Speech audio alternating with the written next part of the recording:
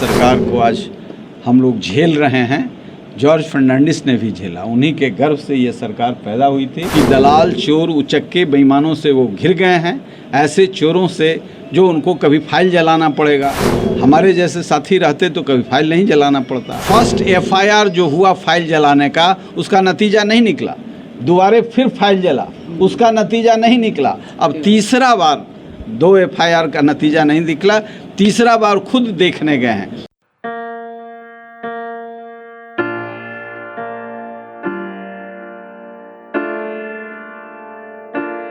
George साहब का आज के राजनीति के परिस्थिति में उनको आप कैसे याद करते हैं?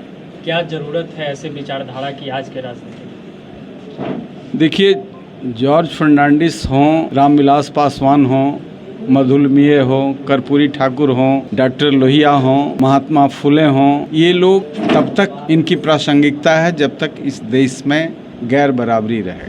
इसलिए आज इनकी जयंती है, जन्मदिन पर हम यहाँ इकट्ठे हैं। तो समाजवादी धारा के लोग जो गैर बराबरी की लड़ाई को लड़ते रहे हैं, और इस लड़ाई को तब तक लड़ा जाना चाहिए जब तक गैर बराबरी समाप्त नहीं होता है। आज के उनके जन्म के मौके पर हम ये कहेंगे कि जॉर्ज फर्नांडिस, लोहिया जयप्रकाश, जननायक कर्पूरी ठाकुर, रामविलास पासवान, स्वामी सहजानंद सरस्वती, महात्मा फुले, ऐसे तमाम बड़ी हस्तियों के विचारों के संवाहक रहे हैं। और आज के मौके पर हम लोजपा रामविलास पासवान की पार्टी के तमाम जो समर्थक यहाँ उपस्थित हैं, उनसे यही कहना चाहेंगे कि कल से ज़्यादा प्रासंगिक है ये धारा, ये विचार, ये मूल्य। चूँकि आज जो चीज़ें चल रही हैं राजनीति में, निश्चित तौर से मैं ये नहीं कहूँगा कि विकास नहीं हुआ, सारी चीज़ें ठहर गई हैं, लेकिन ये एक विशद विषय है जिस पर सारे लोग समझ रखते हैं, लेकिन जो अंतिम व्यक्ति है उसकी आवाज़ बनना कठिन होता है। और हमारी पार्टी और चिराग पासवान इन्हीं बातों को लेकर के हैं कि हम बिहार को कैसे इस गुर्बत से निकालें।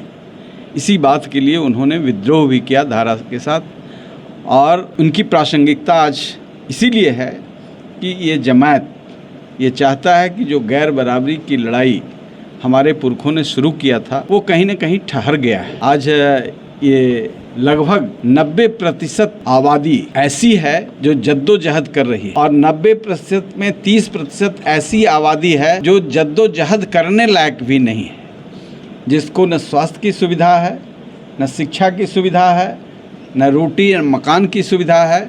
हम ही इसी रोटी, कपड़े और मकान की लड़ाई के साथ दूसरे देशों से जब हम तुलना करते हैं, दूसरे राज्यों से तुलना करते हैं, तो हम बड़ी ख़राब हालत में हैं। बिहार एक कालखंड में बेस्ट गवर्नड स्टेट था। आज जितने बैंक की डकैती हो रही है, तो ये डकैती बैंक की नहीं हो रही है, ये गरीब लोगों के गाढ़ी कमाई का खजाना लूटा जा रहा है। बैंक को तो कंपनसेट कर दिया जाएगा। बिहार में पिछले 1 महीने में लगभग 7-8 करोड़ बैंकों की चोरी हुई है। आम लोगों का जेवर जेवरात और चीज़ों की बात छोड़ दीजिए, बैंकों से 7-6 करोड़ रुपए का सीधे लूट हुआ है।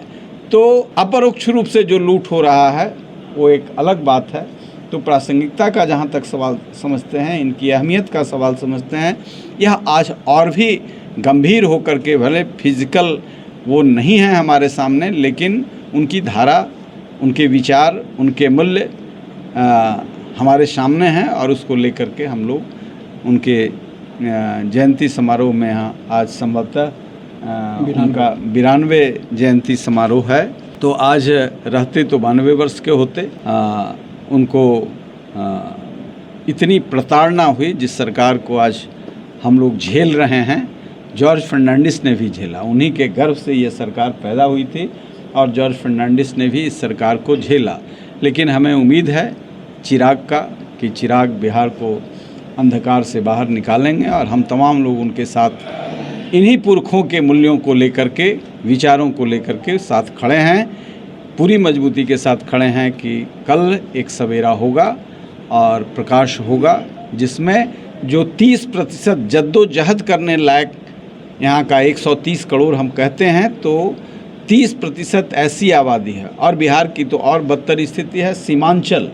सीमांचल हमारा साउथ अफ्रीका के नामीबिया वगैरह से उसकी तुलना की जा सकती है। वहाँ के लोगों के वस्त्र उतार दिए जाएं तो हड्डियां गिन ली जा सकती है, जो कल के बच्चे हैं, जो कल के भविष्य हैं।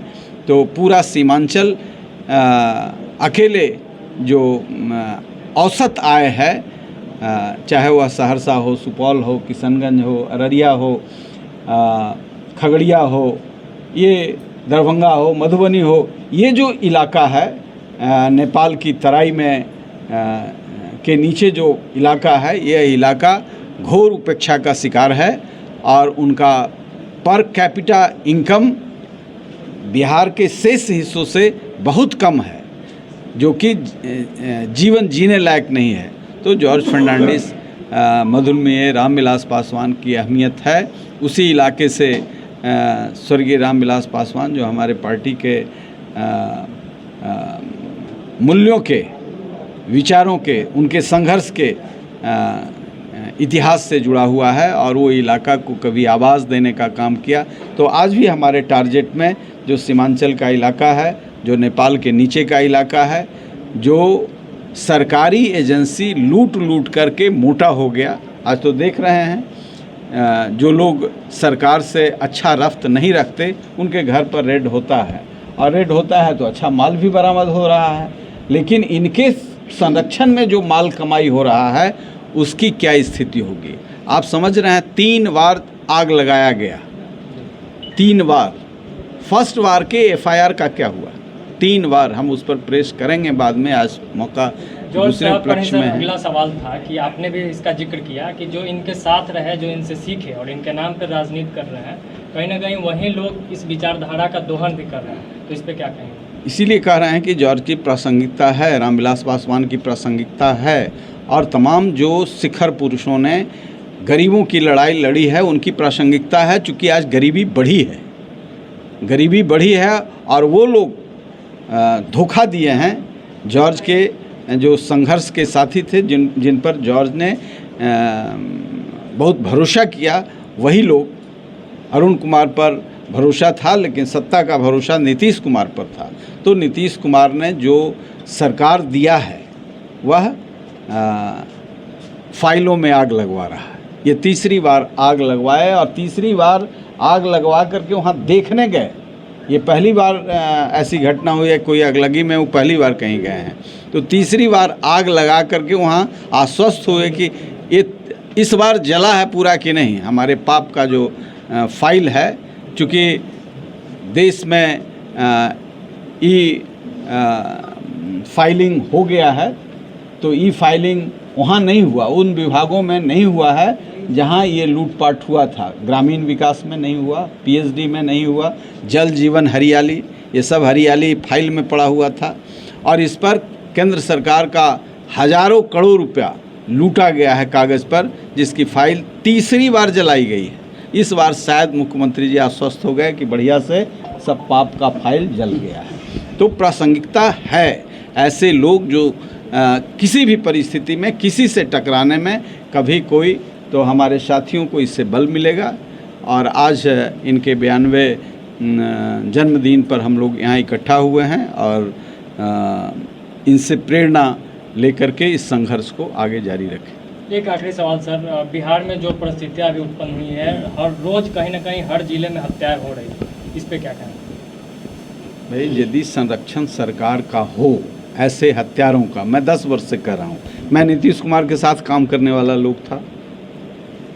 आप जो पुराने साथी हैं वो जानते हैं कि उनके साथ 14 साल रह करके संघर्ष किया, उनको सत्ता में बैठाया। 1 साल के अंदर हमने देखा कि दलाल, चोर, उचक्के, बेईमानों से वो घिर गए हैं।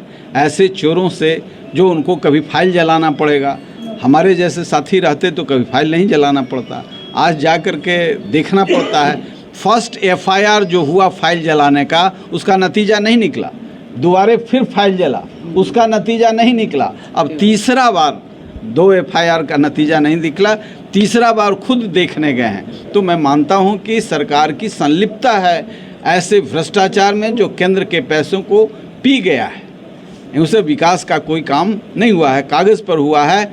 चूँकि अब केंद्र सरकार ने एक प्रोविज़न किया है कि हम स्थल सैटेलाइट से जांच करेंगे, तो ये जांच की प्रक्रिया शुरू ही होती कि फाइल ही गायब हो। अब जांच कीजिए मोदी जी जांच, नीतीश कुमार को बैठाए हैं तो कीजिए। यहाँ के टैक्स का पैसा, यहाँ का हिस्सा जो आपने दिया वो फाइलों के लिए, कुछ चुने हुए लोगों के लिए था, वो सब नष्ट हो गया। आप कैसे पकड़िएगा? विज्ञान को भी चुनौती दे देते हैं।